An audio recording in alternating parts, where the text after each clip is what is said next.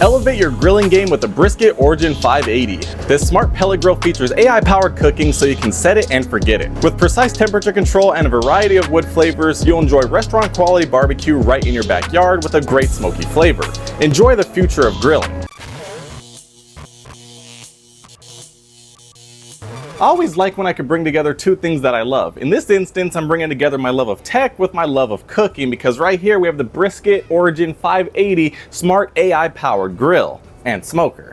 This smart pellet grill has a total of 580 square inches of cooking real estate. So there's enough room for you to cook pretty much anything you want. Maybe not for the biggest party in the world, at least if you're trying to cook everything at the same time, but for a small family gathering, it's gonna do just fine. That's enough space to cook 4 chickens, 5 racks of ribs, or 4 pork butts. Now, I've actually been using this for a couple of months now, and I've been really liking the results. It's so easy to use, especially when you start involving the app and having the AI make the cooks for you. It takes all the guesswork and effort out of making some good barbecue.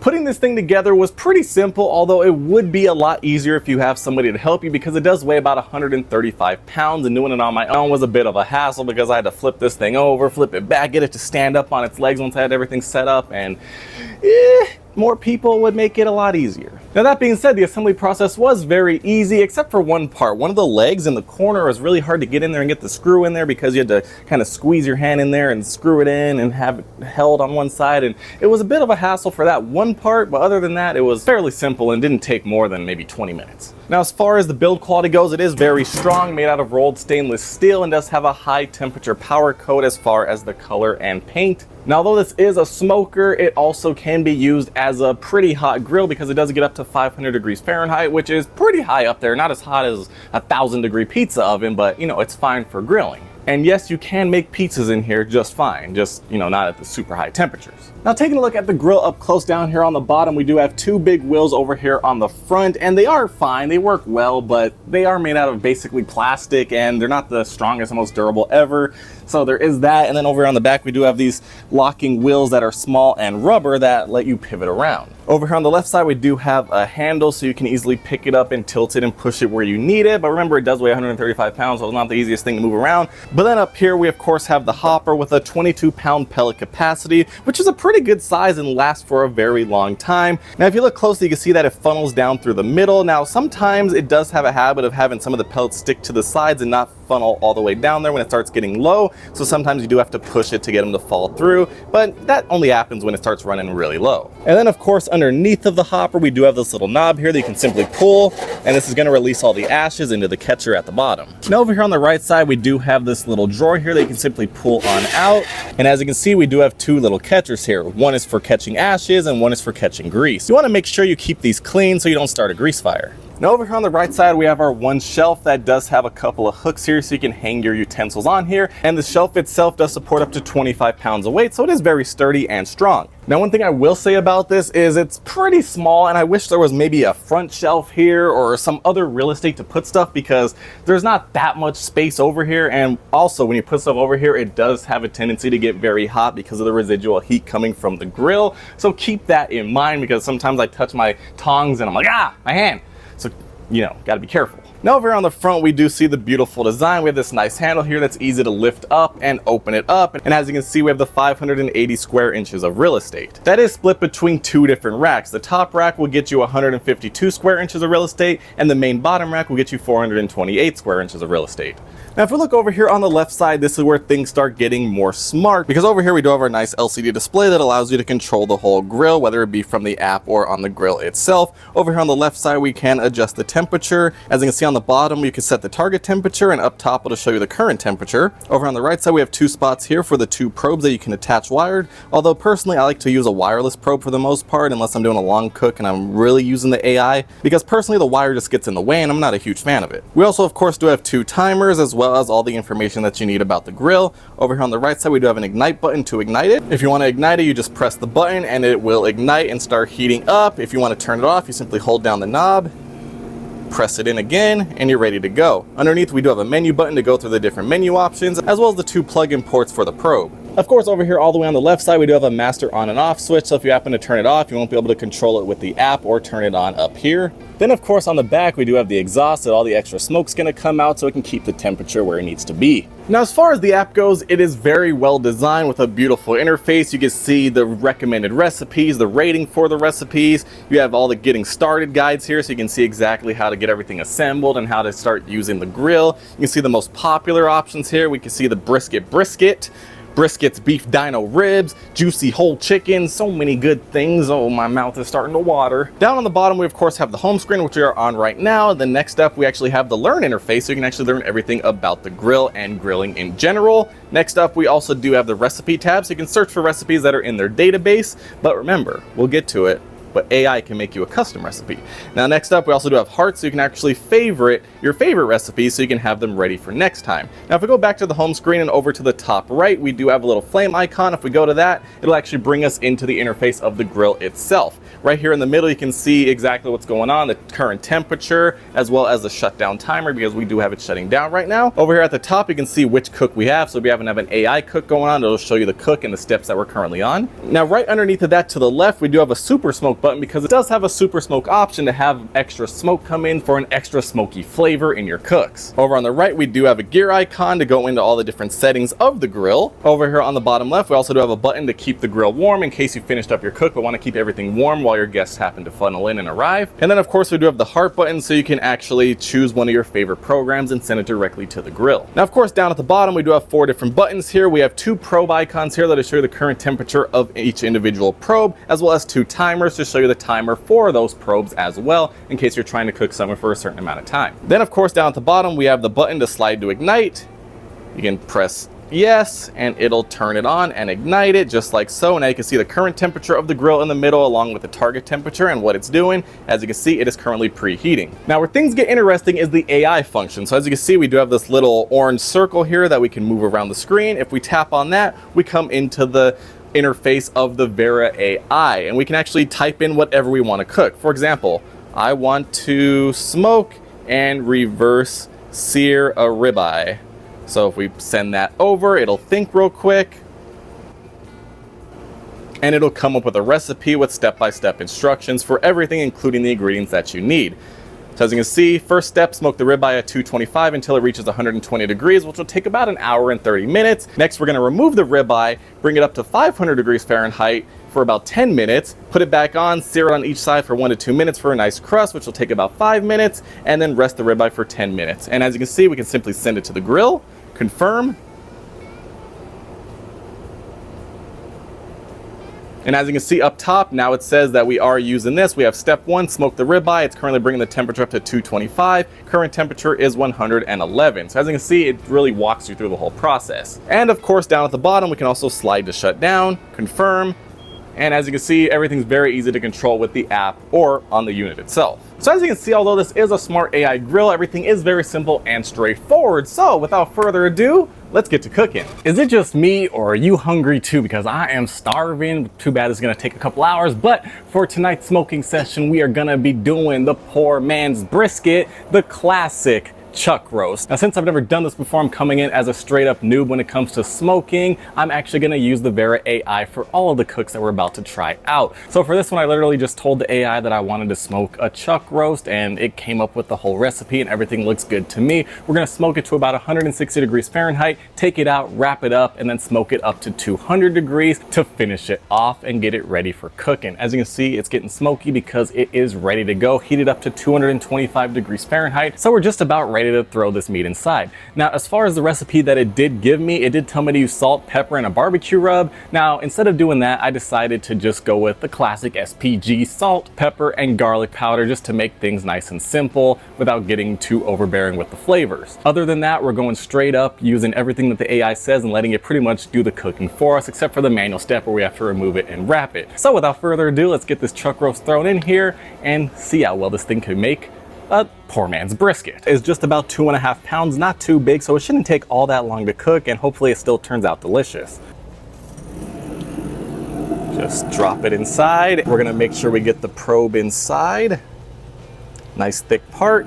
close the lid, and I'll see you guys back in a few hours once this thing reaches 160 degrees Fahrenheit. All right, and just like that, a mere 4 hours later, yeah, exactly 4 hours, the timer has gone off because it estimated 4 hours to reach 160 degrees Fahrenheit of internal temperature. As of the 4-hour marker, it looks like we're at about 157 degrees Fahrenheit, which isn't quite 160, but it's pretty close, and I feel like it's time to move on to step 2, especially because one thing I did notice about this grill and the settings is that if you have a timer and a temperature, whichever one it hits first will automatically take you on to the next step instead of waiting for the temperature. So from my understanding, you're supposed to more so go about the temperature and not the time, because sometimes it might finish faster, sometimes it might finish slower depending on the environment and the conditions. So keep that in mind when you're setting up your cook. But that being said, I'm actually impressed that it actually took the 4 hours it estimated to actually get up to temperature. So with that being said, let's get the brisket grill open, and oh man, this is actually looking really good. You can see the nice oozing of the juices. You can see the nice red. I'm sure we're gonna have a nice smoke ring in there. This is actually looking pretty good, a lot better than I was actually expecting. So let's actually remove the probe. Let's go on and grab the meat off. Let's take one quick look at this thing, looking mighty fine. Allow the grill to heat up to 250 degrees. And it looks like we're actually at just 160 degrees, give or take. Very nice. And now let's get some foil and get this thing nice and wrapped. So nice. Oh man, it's so juicy. Get it nice and tightly wrapped here. Oh, so warm. Oh yeah. Just like so. This thing already does smell delicious. And now the grill's already reached 250 degrees Fahrenheit. We're gonna open it back up. Got the smoke action. We're gonna take our nicely, tightly wrapped poor man's brisket, drop it in here, get our probe, get it probed in here as good as we can, just like so. And now we're gonna close it. And I'll see you back here in an estimated 3 more hours once this reaches 200 degrees Fahrenheit internal temperature. I'm ready. I can't wait. Come on, hurry up. All right. A mere 1 hour later, 2 hours earlier than expected, we are at an internal temperature of 200 degrees Fahrenheit, which we will double check real quick. And there we are at exactly 200 degrees Fahrenheit. Nice. So now all that's left is to remove the probe, power down the grill, remove the poor man's brisket, and bring it inside. We're gonna let it rest for about 1 hour before we unwrap and start slicing. And here we are, 6 hours in the making for hopefully what is the perfect poor man's brisket, the classic chuck roast smoked.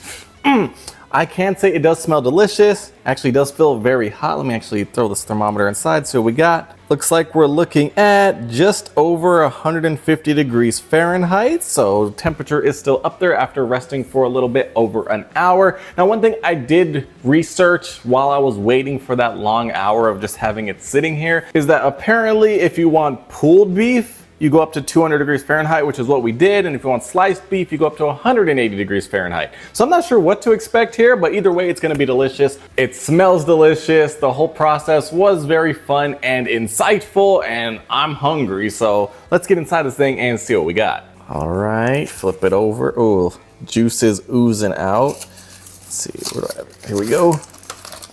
Oh, this smells so good. Oh, look at all those juices. I hope the juice is absorbed in here because there's a lot of juices. Oh, it's really hot. A lot of juices here. I'm hoping the meat is still moist given that there's juices just falling out everywhere. Oh man. Oh, I mean, look at all this juice. I don't want to lose that juice. I'm gonna just leave it right there. I don't have any black gloves, sorry, but let's see what we got here. Oh, it's very hot. You know, it does have some bend to it. Oh, that smells so good. I wish you were here because not only does this look fantastic, it smells amazing. All right, so let me actually remove it from the foil. Oh man. And now let me slice a little bit of this. Oh man, we got that smoke ring. You see that? That right there is a pretty nice smoke ring if I do say so myself. Oh man. Oh, this looks good. Look how juicy that is. Let's see if it's actually pull apart. You know what? It's not bad. Look at that smoke ring. That just looks so nice. And just look how juicy that is. Oh man. And of course I need to taste it. Bro. It's actually so tender. You have that really good smoky flavor.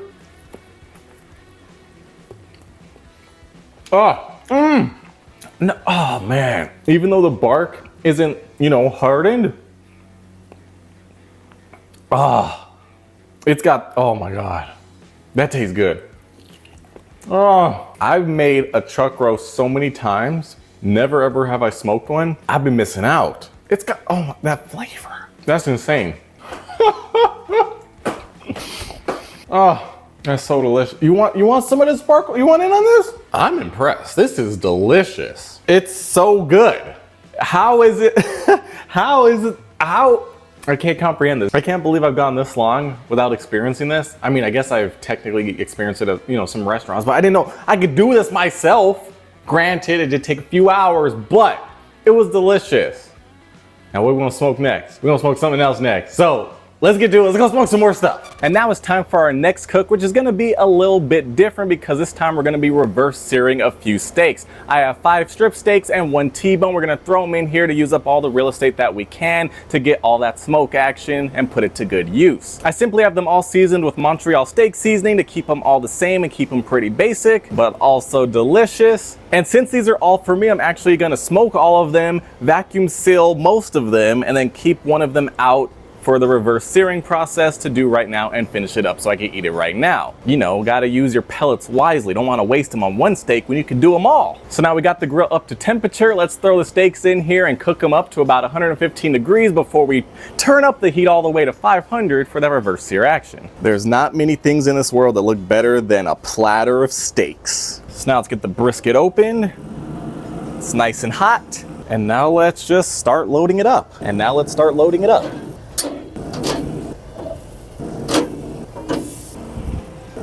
we'll of course probe up the T-bone, get it nice and ready, close the lid. The AI is estimating that this is gonna take about an hour to get up to temperature, so I'll see you then. All right, we are now up to temperature for phase 1. All the meat is looking fantastic. I gotta remove the probe, and let's remove the meat. T-bone looking nice, strips looking fantastic. And now for the final step, we're gonna close the grill, get it heated up to 500 degrees and reverse sear the one that I'm gonna eat right now. And now the grill has heated up to 500 degrees Fahrenheit. As you can see, there is quite a bit of smoke going on right now because there are a bunch of crumbs and grease that fell into the grates while we were cooking those steaks. So make sure you keep your grill clean, especially when you're using the high temperatures like 500 degrees Fahrenheit. Now with that being said, this is my steak of choice. Let's get ready to sear. This is actually a fairly simple and quick process. We're gonna open the top. Very hot in here. We're gonna grab our steak, put it on the grates. You can hear that nice sizzle. And we're gonna let it sear on both sides for a couple of minutes. Oh, it smells so good. All right, it has been about 2 minutes and we're up to about 115 degrees again. I'm targeting about 130. So now let's do a little flip and take a look at what we got. Nice grill marks right there. Nice sear going on. Look at that. That looks so good. Now let's flip it over, get the other side, close it back on up. It's been about 1 more minute and we're at my target temperature of 130 degrees Fahrenheit. So let's remove this. Oh, look at that. We can see some nice smoke ring action going on. Nice grill marks. Not too much because the other side was grilled longer, but it does look good. Nice and juicy dripping. Let's get it on the cutting board and we're ready to go. Of course, we're gonna close this back up and power it down. It's gonna take about 20 minutes to cool off. So now that I got my steak, I'm gonna head inside and let this steak get some rest. All right, so now that the steak's been resting for about 10 minutes, let's cut into this thing and see what we got. Ooh, cuts like butter. But how does it look? Ooh, very nice medium steak right here. Nice and juicy, look at that. Oh, so moist. Smells fantastic. Let me just cut a little slice. A very nice piece of meat. Now, although it looks great, smells great, does it taste great? So flavorful. I don't know if I ever want to have steak any other way again. Tender, delicious. Now, although you probably aren't gonna be eating your steak by itself just like this. Instead, you're gonna want something like this with some sides, basically a whole meal with the steak being the centerpiece. And for our next cook, we're gonna make some amazing baby back ribs. Hopefully the AI is gonna help me because I've never touched raw ribs in my entire life. I'm not even a huge pork person, so we're gonna see how this goes using AI to lead us in the right direction. So after I removed the membrane, which was actually a little bit harder than I thought, but actually once I got the hang of it, it seemed rather simple now that I know what I'm doing. I decided to lather both sides with some nice mustard, and it's, you know, I love mustard, so I was like, okay, let's do it. And then on the bottom where the membrane was, I did put my favorite Chipotle ranch seasoning on there because I was like, you know what, we're experimenting, why not try it out and see what it tastes like. Over on the top side, I made my own little rub and got it all in there, so we're gonna see how all of this tastes. Fingers crossed it's gonna be amazing. It looks like it's gonna be a pretty simple process. It's gonna take about 3 hours for the first step to get up to 170 degrees internal temperature at 225 degrees for the grill temperature. Then we're gonna take it out, wrap it up, and spoiler alert, we're gonna be using some Dr. Pepper here because I always wanted to try some Dr. Pepper barbecue ribs. So we'll get to that once we get to the wrapping portion. We could take one last look at these baby back ribs. They smell all right. Let's open up the grill, nice and warm. Grab our rack, stick it right here. Got our probe, which I heard you're not supposed to really use for ribs, but I'm gonna just try it out anyways because they're supposed to get up to temperature just like so. And hopefully that's enough and we're good to go. Close this thing up. And I'll see you guys back here in about 3 hours, give or take. And here we are a mere 3 hours later. Let's take a look what we got. Ribs are looking pretty good. Let's remove the probe. And let's remove the ribs. You know, looking pretty good. I also did throw an ear of corn in here because you can't have barbecue without some corn. And yes, these ribs are already smelling fantastic. We're gonna get the brisket grill heated up to 250 degrees Fahrenheit for step 2 while we get these wrapped up. Ooh, very hot. We're actually flipping the ribs meat side down, bone side up. That way we can absorb all the juices and get nice and tender. All right, let's make a little boat here. Grab some Dr. Pepper, pour it inside. Oh yeah, love Dr. Pepper. Look at it swimming in Dr. Pepper. And now we're gonna make sure we get it tightly wrapped. Make sure it's nice and tight. Double wrap, ultra protection. And it looks like we're good to go. We're up to 250 degrees. Open the top, put it back on the grates. Very nice. Close it up, and we're gonna wait about 2 hours for it to come up to just over 200 degrees Fahrenheit. Obviously we can't stick the probe in because we have all that Dr. Pepper. So it looks like this time we're going solely based on time. All right, about an hour has gone by, which is weird because I got a notification that step 3 has been completed and to move on to step 4, which is removing it, but it's weird because the timer was set for 2 hours, the thermometer was set for 203 degrees Fahrenheit. I didn't have the thermometer inserted because I didn't want to puncture it and let the Dr. Pepper ooze on out, so I'm not sure what it's based on, but let's get inside and see if we're actually ready. So let's get inside here. Smells delicious. Maybe it is ready. Got my thermometer here, instant read. Let's see what we got. Yeah, we're over 200 degrees, so it looks like we're actually ready. I'm not sure how it pulled that off, but we're at exactly 203 degrees Fahrenheit, which doesn't make any sense to me, but somehow we're here and the AI somehow knows. I don't know, that's all I got. So let's double check here with the bend test, if I can grab this up without spilling it all over. Oh yeah, look at that, look at that. It's floppy, it's floppy. I think we are good to go. Let me grab it out. Oh, so many juices in there. Oh, this is looking fantastic. Let me just get it on the cutting board here. I seriously don't know how to convince you of this, but this smells so good. So let's get this unwrapped, ready for the final step. Oh man, oh, look at all the juices. Look at all that steam. Oh, it smells so good. Oh man. Wow, it looks fantastic. Bones are poking on through. So for the final step, let's see if I can flip this over. I'm actually gonna leave it in the foil to keep all the juices in here. Oh man, look at all that steam. And then right here, of course, I have my custom made Dr. Pepper infused barbecue sauce. And now we're just gonna smother the ribs in it. Oh, this smells fantastic. You see that? Look at that. Oh man. I've been sleeping on baby backs. So now that we got these ribs smothered in Dr. Pepper infused barbecue sauce and they smell and look so good, we're gonna put these back in the grill. Just like so, spilled a little bit of the juices, meat side up and exposed for 15 minutes so the barbecue sauce can set to the ribs. I can't wait. And just like that, the final 15 minutes has been completed. It is time to remove it. I'm so hungry. But while we're at it, we might as well get the grill powered off to save our pellets. Since we are done, let's get this opened up. Oh man, that's looking good. See if I can remove this. All the juice is flowing in the foil. Ooh, ooh, ooh. Ooh. And now we will let them rest for about 10 minutes before we dig in. And now the moment we've all been waiting for, especially me. Was it worth all the hours it took to make these baby back ribs? Was it worth making a custom homemade Dr. Pepper barbecue sauce? Was it worth all the time and effort? We're gonna find out right now because 10 minutes is finally up. All right, so let's remove it from the foil. Looking fantastic. Let's try the bend test. It's bendy and it's starting to break at the seams and it's burning my hand. And then let's cut into a rib. That's a bone right there. How does it look? All right, looking good. We have some smoke ring action. Once again, burning my hand. Ribs looking good, nice and smoky and steamy. Let's get a whole rib cut off. Here we go, got a rib right here. Looking nice. Now all that's fine and dandy. Smells good, feels good, but does it taste good? Mmm, delicious. Oh man. We don't have as much Dr. Pepper flavor as I was hoping for.